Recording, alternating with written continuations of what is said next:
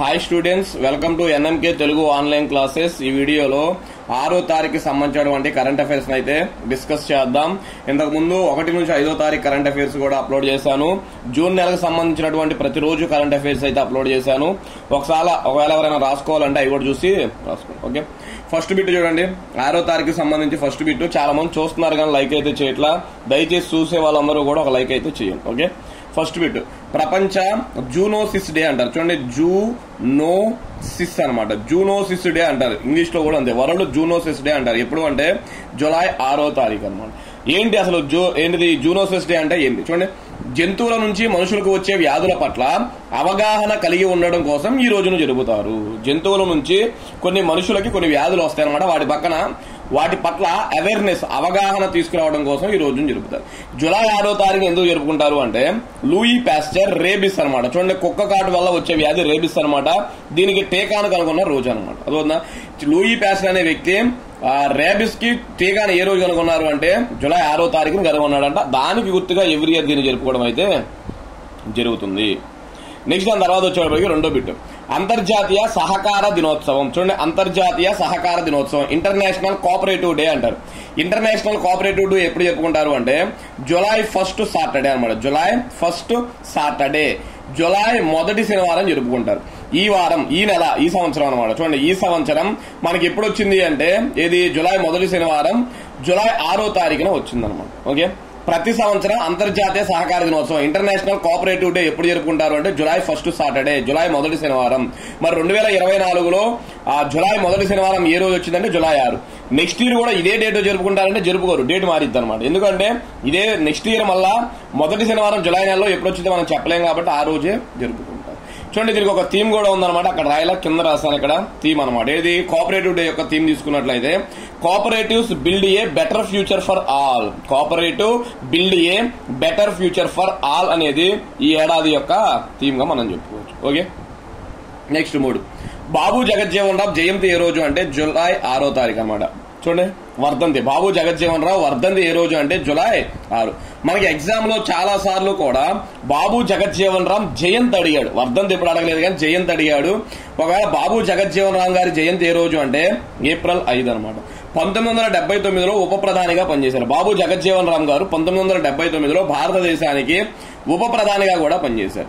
స్వతంత్ర భారతదేశానికి మొట్టమొదటి కార్మిక శాఖ మంత్రిగా కూడా పనిచేశారు. చూడండి, 1947లో భారతదేశ కార్మిక శాఖ మంత్రి ఎవరు అంటే బాబు జగజ్జీవన్ రామ్ గారు అన్నమాట. ఓకే, నెక్స్ట్ 4 డ్యూరాండ్ కప్ ఏ క్రీడకు చెందినది? డ్యూరాండ్ కప్ ఏ క్రీడకు చెందినది అంటే ఫుట్బాల్ అనమాట. కొన్ని ఎగ్జామ్స్ లో ఏదో కప్ ఇస్తాడు, దిలీప్ ట్రోఫీ దేనికి సంబంధించింది, డ్యూరాండ్ కప్ దేనికి సంబంధించింది, అదోనా ఇలా అడుగుతాడు. కాబట్టి డ్యూరాండ్ కప్ దేనికి సంబంధించింది అంటే ఫుట్బాల్ కి సంబంధించింది. 1888లో ఈ టోర్నీ అత్యంత పురాతనమైన, చూడండి, 1888లో మొదలైన ఈ టోర్నీ అత్యంత పురాతనమైన ఫుట్బాల్ టోర్నీ. ఇది ఎప్పుడు స్టార్ట్ అయిందంటే ఈ టోర్నీ 1888లో స్టార్ట్ అయింది. కాబట్టి అత్యంత పురాతనమైనటువంటి టోర్నీ ఏది అంటే ఫుట్బాల్. ఈ ఏడాది 133వ డ్యూరాండ్ కప్ ఎడిషన్ జరగనుంది. ఈ ఏడాది ఎన్నోదంటే ఎడిషన్ 133. ఈ నెల చివరిలో అంటే జూలై నెల చివరిలో ఈ టోర్నమెంట్ ప్రారంభం కానుంది. మన భారతదేశంలో చాలా రాష్ట్రాల్లో జరుగుతుంది అనమాట. అయితే ఫైనల్ మ్యాచ్ ఎక్కడనేది డిసైడ్ చేశారు. ఫైనల్ మ్యాచ్ కలకత్తాలోని వివేకానంద యువభారతి క్రురంగన్ అంటారు. చూడండి, వివేకానంద యువభారతి క్రురంగన్, దీన్నే మనం సింపుల్ గా సాల్ట్ లేక్ స్టేడియం అంటారు, లో జరగనుంది. ఈ డ్యూరాండ్ కప్ ఫైనల్ మ్యాచ్ ఎక్కడ జరగనుంది అంటే వివేకానంద యువభారతి క్రురంగన్ స్టేడియం, లేదా దాన్ని సాల్ట్ లేక్ స్టేడియం అనే పేరుతో కూడా పిలుస్తారు, గుర్తుపెట్టుకో. ఓకే, నెక్స్ట్ తర్వాత T20 ప్రపంచ కప్ గెలిచిన భారత జట్టుకు ఏ రాష్ట్ర ప్రభుత్వం 11 కోట్ల నగదును ప్రకటించింది? T20 ప్రపంచ కప్ గెలిచిన భారత జట్టుకు ఏ రాష్ట్ర ప్రభుత్వం 11 కోట్ల నగదును ప్రకటించింది అంటే మహారాష్ట్ర ప్రభుత్వం అనమాట. ఏ రాష్ట్రం? మహారాష్ట్ర ప్రభుత్వం. నెక్స్ట్ 6 నిబంధనలు ఉల్లంఘించినందుకు గాను ఆర్బీఐ ఏ బ్యాంకుపై 1.32 కోట్ల ద్రవ్య పెనాల్టీని విధించింది? నిబంధనలు ఉల్లంఘించినందుకు గాను ఆర్బీఐ ఏ బ్యాంకుపై సుమారు 1,32,00,000 అనమాట, దాన్నే 1.32 కోట్ల ద్రవ్య పెనాల్టీని విధించింది అంటే పిఎన్బి బ్యాంక్ అంటారు. పిఎన్బి, పంజాబ్ నేషనల్ బ్యాంక్ అంటారు. ఈ పంజాబ్ నేషనల్ బ్యాంకుని 1894లో లాలా లజపతి రాయ్ గారు స్థాపించారు. 1894లో లాలా లజపతి రాయ్ గారు పంజాబ్ నేషనల్ బ్యాంకును స్థాపించారు. ఈ పంజాబ్ నేషనల్ బ్యాంక్ ప్రధాన కార్యాలయం, హెడ్ క్వార్టర్స్ ఎక్కడ ఉంది అంటే న్యూఢిల్లీలో అయితే ఉందన్నమాట. నెక్స్ట్ 7 వార్తల్లో నిలిచిన భారత వైద్య సంఘం IMA అంటారు, ఇండియన్ మెడికల్ అసోసియేషన్ అనే పేరుతో పిలుస్తారు. భారత వైద్య సంఘం అధ్యక్షుడు ఎవరు అంటే డాక్టర్ RV అశోకన్ అంటారు. చూడండి, వార్తల్లో నిలిచిన భారత వైద్య సంఘం అధ్యక్షుడు ఎవరు అంటే డాక్టర్ RV అశోకన్ అంటారు. ఎందుకు నిలిచారు? ఇటీవల అశోకన్ కోర్టుకు వ్యతిరేకంగా మాట్లాడి వార్తల్లో నిలిచారు. చూడండి, ఇటీవల అంటే ఆయన కోర్టు యొక్క తీర్పుకు వ్యతిరేకంగా అయితే ఆయన మాట్లాడడం జరిగింది అనమాట. ఓకే, అయితే దీంతో కోర్టు ఏం చేసిందంటే సుమోటోగా ఈ కేసును స్వీకరించింది అనమాట. అందుకని కోర్టుకు వ్యతిరేకంగా వ్యాఖ్యానించినందుకు బేషరతు క్షమాపణ కోరుతూ ప్రమాణ పత్రం దాఖలు చేశారు. ఇదేం చేశాడు? ఆ కోర్టుకు వ్యతిరేకంగా మాట్లాడాడు కదా, అందుకు క్షమాపణ చెప్తున్నాడంట. బేషరతు క్షమాపణ కోరుతూ ప్రమాణ పత్రం దాఖలు చేశాడు. అలా ఈయన వార్తల్లో నిలిచాడు. RV అశోకన్ ఎవరు? భారత వైద్య సంఘం అధ్యక్షుడు, గుర్తుపెట్టుకోండి. నెక్స్ట్ 8, ప్రపంచంలోనే మొట్టమొదటి CNG బైకును ఏ కంపెనీ విడుదల చేసింది? ప్రపంచంలోనే మొట్టమొదటి CNG బైకును ఏ కంపెనీ విడుదల చేసింది అంటే బజాజ్ కంపెనీ అనమాట. ఏంటిది? బజాజ్. కేంద్ర మంత్రి నితిన్ గడ్కరీ, కేంద్ర రహదారుల శాఖ మంత్రి నితిన్ గడ్కరీ గారు ఈ బైకును ప్రారంభించారు. CNG అంటే అర్థం ఏంటిది? కంప్రెస్డ్ న్యాచురల్ గ్యాస్ అంటారు. కంప్రెస్డ్ న్యాచురల్ గ్యాస్ అంటారు. నెక్స్ట్ 9, పార్లమెంటు సమావేశాలను ప్రొరోగ్ చేసే అధికారం ఎవరికి ఉంది అంటే రాష్ట్రపతికి ఉంటది. పార్లమెంటు సమావేశాలను ప్రొరోగ్ ఎవరు చేస్తారు అంటే రాష్ట్రపతి చేస్తారు, గుర్తుపెట్టుకోండి. పార్లమెంటు ఉభయ సభలను రాష్ట్రపతి ద్రౌపది ముర్ము ప్రొరోగ్ చేశారు. ప్రొరోగ్ అనగా సమావేశాలను దీర్ఘకాలిక వాయిదా వేయడం. అదొద్దా, ఈ రోజుతో పార్లమెంటు సమావేశాలు అయిపోతున్నాయి అంటే రాష్ట్రపతి దాన్ని ప్రొరోగ్ చేస్తారు. ప్రొరోగ్ అంటే తెలుగులో దీర్ఘకాలిక వాయిదా అని చెప్పి అయితే మనం పిలుచుకున్నాం. ఓకే, నెక్స్ట్ దాని తర్వాత 10, అమీబిక్ మెనింజో ఎన్సెఫలైటిస్. చాలా ఇంపార్టెంట్ బిట్. చూడండి, అమీబిక్ మెనింజో ఎన్సెఫలైటిస్ వ్యాధితో ఏ రాష్ట్రంలో మరణం సంభవించింది? అదోనా, ఏ రాష్ట్రంలో మరణం సంభవించింది అంటే కేరళ రాష్ట్రంలో. ఎక్కడ? కేరళ రాష్ట్రం. మెదడును తినే అమీబా అనే అరుదైన వ్యాధి బారిన పడి, చూడండి, మెదడును తినే అమీబా అంట అనే అరుదైన వ్యాధి బారిన పడి కేరళలో 14 ఏళ్ల మృదుల్ అనమాట, బాలుడి పేరు మృదుల్ అనే బాలుడు మరణించాడు. కలుషిత జలాలలో ఉండే అమీబా ముక్కు ద్వారా శరీరంలోకి ప్రవేశించి ఈ వ్యాధి సోకుతుంది. అదవుతుందా, ముక్కు ద్వారా కలుషిత నీరు నుంచి శరీరంలోకి వెళ్ళి అక్కడ నుంచి మెదడులోకి వెళ్ళి మెదడుని తినేయడం అయితే జరుగుతుంది. దీనివల్ల మరణాలు కూడా సంభవిస్తున్నాయి. ఓకే, నెక్స్ట్ దాని తర్వాత LIC చైర్మన్ అయిన ఎవరిని CEO అండ్ MD గా నియమించారు? అదో ఆయన చైర్మన్ గా ఉన్నాడు, ఆ చైర్మన్ నుంచి ఏం చేశారు? ఆయన్ని CEO అండ్ MD గా నియమించారు. ఆయన పేరేం పేరు అంటే సిద్ధార్థ మెహంతి అంటారు. సిద్ధార్థ మొహంతి అనే పేరుతో పిలుస్తారు. LIC చైర్మన్ అయిన ఎవరిని CEO అండ్ MD గా నియమించారు అంటే సిద్ధార్థ మొహంతి.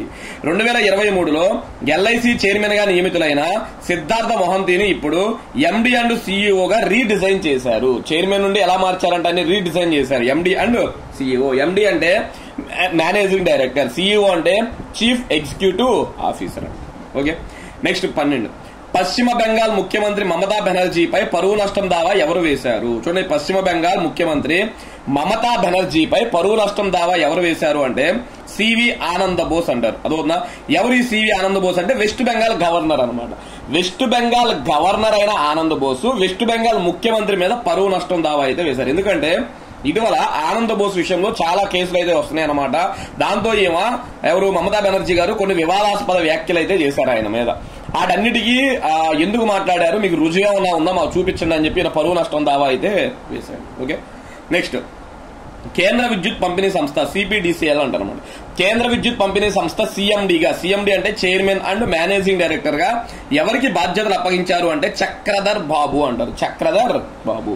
కేంద్ర విద్యుత్ పంపిణీ సంస్థ CMD గా ఎవరికి బాధ్యతలు అప్పగించారు అంటే చక్రధర్ బాబు అంటారు. ఓకే, నెక్స్ట్ దాని తర్వాత చూడండి 14, జార్ఖండ్ హైకోర్టు ప్రధాన న్యాయమూర్తిగా ఎవరు నియమితులయ్యారు? లాస్ట్ వీడియోలో మీకు పంజాబ్ హర్యానా హైకోర్టు ప్రధాన న్యాయమూర్తి చెప్పాను. ఈ వీడియోలో చూడండి, జార్ఖండ్ హైకోర్టు ప్రధాన న్యాయమూర్తిగా ఎవరు నియమితులయ్యారు అంటే జస్టిస్ బిద్యుత్ రంజన్ సారంగి అంటారు. జస్టిస్ విద్యుత్ కాదు బి అనమాట, బిద్యుత్ రంజన్ సారంగి జార్ఖండ్ హైకోర్టు ప్రధాన న్యాయమూర్తిగా అయితే నియమితులయ్యారు. జార్ఖండ్ గవర్నర్ చూడండి, జార్ఖండ్ గవర్నర్ CP రాధాకృష్ణన్ ఈయనతో ప్రమాణ స్వీకారం చేయించారు. Jharkhand governor CP Radhakrishnan. ఎందుకంటే హైకోర్టు ప్రధాన న్యాయమూర్తి చేత గాని హైకోర్టు ఇతర న్యాయమూర్తుల చేత గాని ప్రమాణ స్వీకారం ఎవరు చేయిస్తారు అంటే గవర్నరే చేయిస్తాడు. కాబట్టి గుర్తుపెట్టుకో. నెక్స్ట్ దాని తర్వాత 15, ప్రపంచంలో మనుషులు జీవించే ప్రాంతానికి అత్యంత దూరంగా ఉన్న దీవిగా దేనిని గుర్తించారు? ప్రపంచంలో మనుషులు జీవించే ప్రాంతానికి అత్యంత దూరంలో ఉన్న దీవి అంట. ఐలాండ్ గా దేనిని గుర్తించారు అంటే దాని పేరు చూడండి ట్రిస్టాన్ అంటారు. ట్రిస్టాన్ ద కున్హా అంటారు అనమాట. ట్రిస్టాన్ ద కున్హా అంటారు. KUNHA కున్హా అనమాట. అదవుతుందా? ఈ ట్రిస్టాన్ కున్హా అనే దాన్ని ప్రపంచంలో మనుషులు జీవించే ప్రాంతానికి అత్యంత దూరంగా ఉన్న ఐలాండ్ గా అయితే పిలుస్తారు. ఇది ఎక్కడుంది? దక్షిణ అమెరికా ఖండానికి ఆఫ్రికా ఖండానికి మధ్యలో ఈ దీవి ఉంది. నాసాకు చెందిన land SAT LAND land SAT ఉపగ్రహం ఇటీవల ఈ దీవిని ఫోటోలు తీసింది. అదవుతుందా? నాసాకు చెందిన ల్యాండ్ శాట్ అనే ఉపగ్రహం ఇటీవల ఈ దీవిని ఫోటోలు తీసింది. 207 చదరపు కిలోమీటర్ల విస్తీర్ణం ఉన్న ఈ దీవిలో ఎక్కువ భాగం పర్వతమే. అదవుతుందా? ఈ ఐలాండ్ యొక్క మొత్తం విస్తీర్ణం ఎంత అంట? 207 చదరపు కిలోమీటర్లు ఉంటే ఈ దీవిలో ఎక్కువ భాగం ఏంటి అంటే పర్వతమే ఉందంట. నెక్స్ట్ అన్నారు 16. ప్రపంచంలోనే తొలిసారిగా 1,04,561 జీవజాతుల జాబితాను ఏ దేశం డాక్యుమెంట్ రూపంలో తీసుకొచ్చింది అంటే భారతదేశం. చూడండి, ప్రపంచంలోనే తొలిసారిగా జీవజాతుల జాబితాను ఏ దేశం డాక్యుమెంట్ రూపంలో తీసుకొచ్చిందంటే భారతదేశం. మొత్తం ఎన్ని జీవజాతులు అంట? 1,04,561 జీవజాతులు అంట. అదవుతుందా?